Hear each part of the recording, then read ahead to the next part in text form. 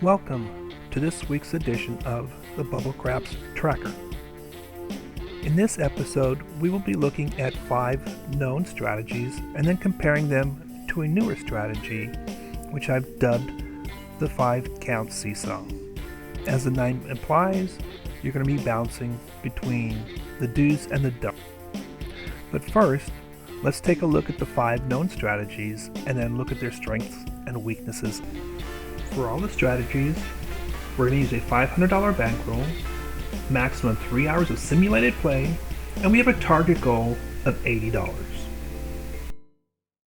In the continuous don't betting strategy, which by far is the simplest one that we will be testing, you start by placing a single unit on the don't pass, and once a point is established, continue to place a single unit on the don't come until a decision is reached.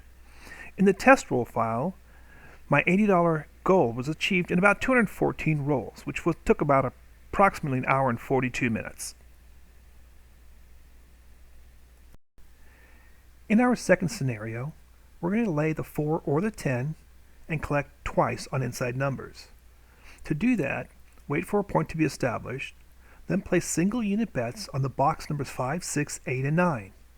Also, be sure and lay the 4 or 10, either one, it's your choice, for $60 plus $1 for the vig. Now collect twice on any of the box number bets, and then remove everything.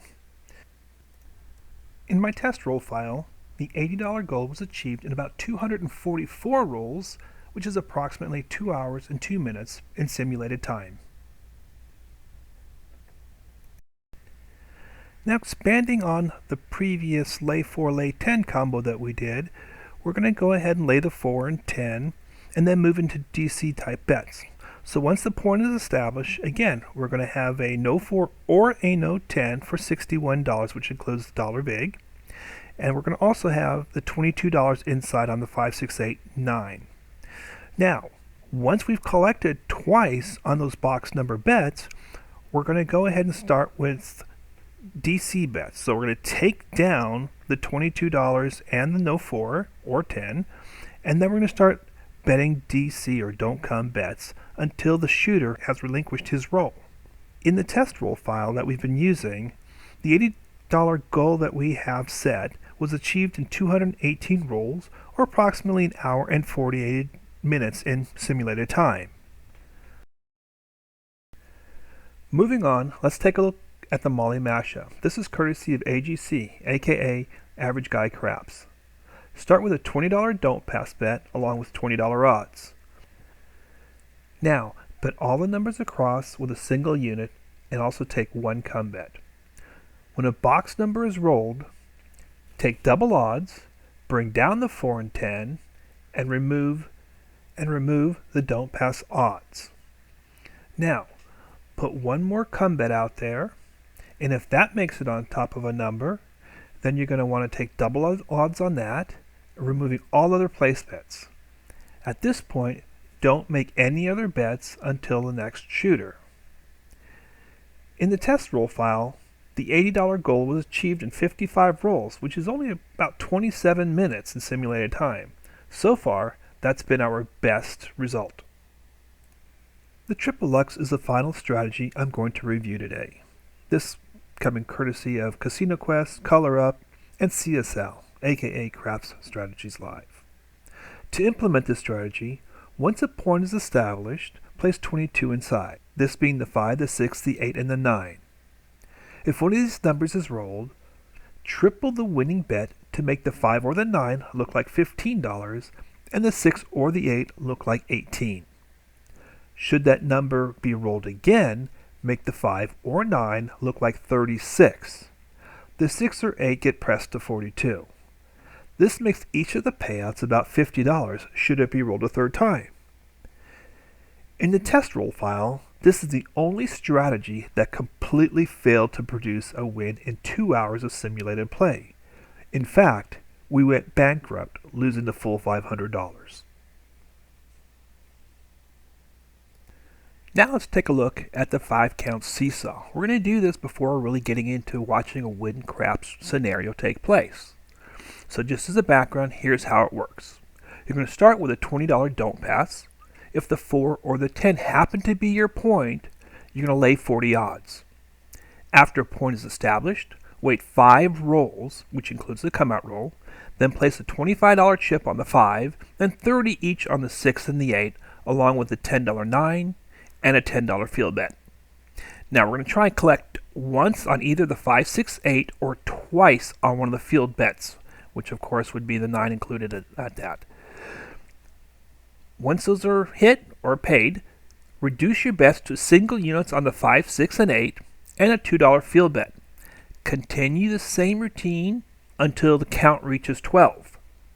On your 13th roll, start incrementing 1 unit each on the 5, 6, or 8 when it hits.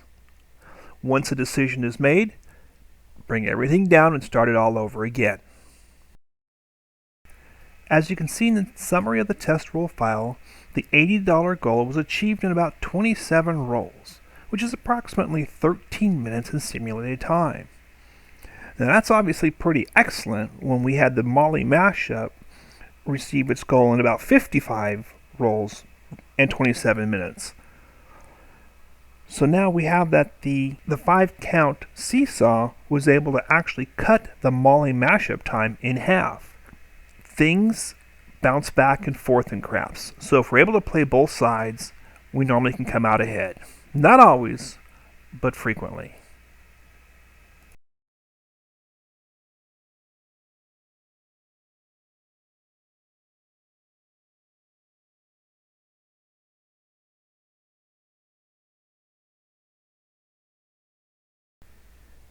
Now that we had a chance to see the summary of the strategies including the 5 count seesaw, I thought we'd throw a quick win craps scenario together so you can kind of watch it online.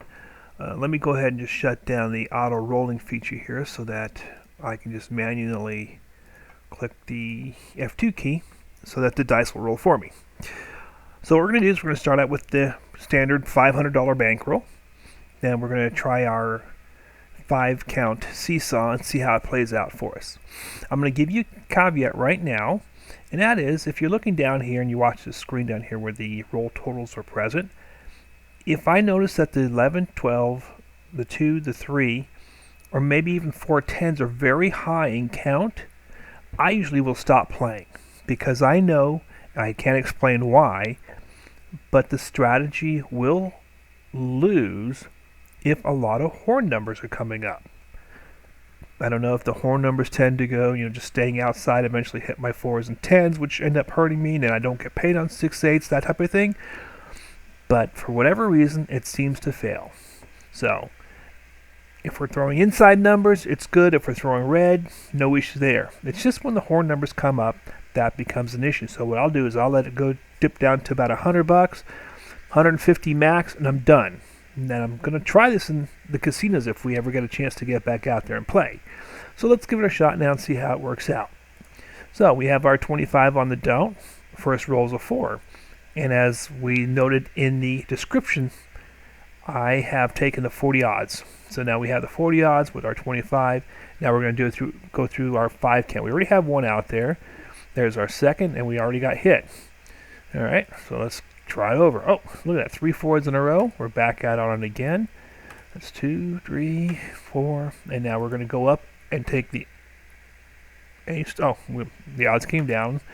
Now we're going to go up on the inside, and let's see if we can hit 1 or 2 numbers. There's 1, and you notice that we've dropped down because we hit 1 time on an inside bet. We're still down those $52 because we got hit right away on that 4. Let's see how the rest plays out. 6. Going outside, another 6. And then we took red, still down $35. Not a killer, but let's see if we take a look at the summary page over here. The lowest we went down to is $423. So we got back $30 of that low point. And let's see what we have going here. Now there we are. This is important. We need to see if we can get 1 number. Well, we hit 1 field bet. We have a chance of another field bet. That's 2 field bets. We now have to come down to the lower side. Let's see what happens here. Oh, we got our point. And where are we at? Down $6 though, so that's not too bad. Ace deuce, that puts us up. back on that 6. We got a 10 out there, 4. Sometimes if I'm really happy, I'll go ahead and lay a 4 on top of it. There we go. We're up a little bit right there. 9 and a 7. So we're up still $38. We've had about 32 rolls, so about 15, 17 minutes of play. 10. No, we could, if we can get out real quick here. No, it was close. If we'd have held on a little longer, it would have been sweet. All right, now let's see. We're almost at our goal of 80. Remember, we're just trying to get to $80. If you want to win more, which most of us do, you can just double up on the bets, right?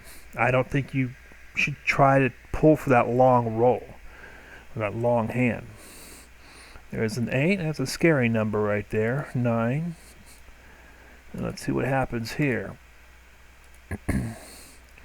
And there we go. We're actually done. We're at $116. It was 43 rolls. Let's see something. It's 0.35. If we calculate that out real quickly here. Oh, yes. Oops, excuse me. Let me just do a quick calculation here. And that comes out to be about 21 minutes. So that's pretty sweet. 43 rolls. I think the sample that I had, oh no, I think that was 27 rolls. Yeah, I think it was 27 rolls during the summary earlier. But if you take a look down here at the chart, remember we got hit at with that 4 at the very beginning, which cost us, $65. So that one hit right there hurt us, but right after that we just went through a quick climb. So you can see it's not a difficult bet. It's pretty simple. It seems to work out because we're on both sides. You might collect or you might hedge, being the point versus some numbers. But if we go ahead and look at it, the average pass was not even one full pass being made. Most passes anybody made was 1. Longest roll, number 19. So, and still, you had an average roll of 12. So that's overall, it's pretty good. This works whether it's 12, 4, doesn't make a difference. The big thing, though, like I said earlier, is you have to watch out for the horn numbers.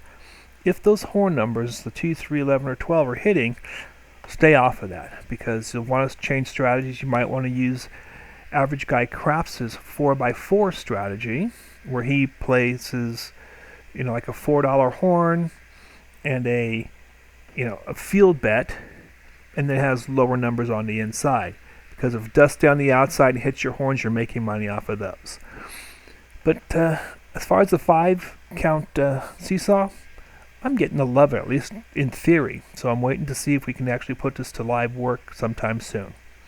All right. Questions, thoughts? Go ahead and fire them over my way. I'd like to get some feedback on this and see what you guys think. Also, if you'd like to have a copy of this WinCraps auto file, I'll be happy to send it to you. I may just throw it up on a shared drive, but just give me a heads up. This is the classic version of WinCraps.